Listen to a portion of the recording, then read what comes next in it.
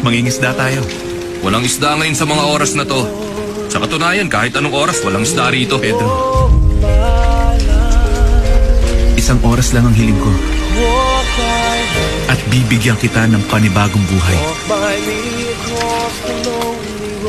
Sino nagsabing gusto ko?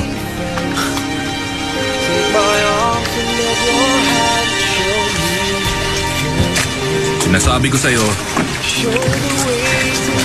walang isda sa lugar na to.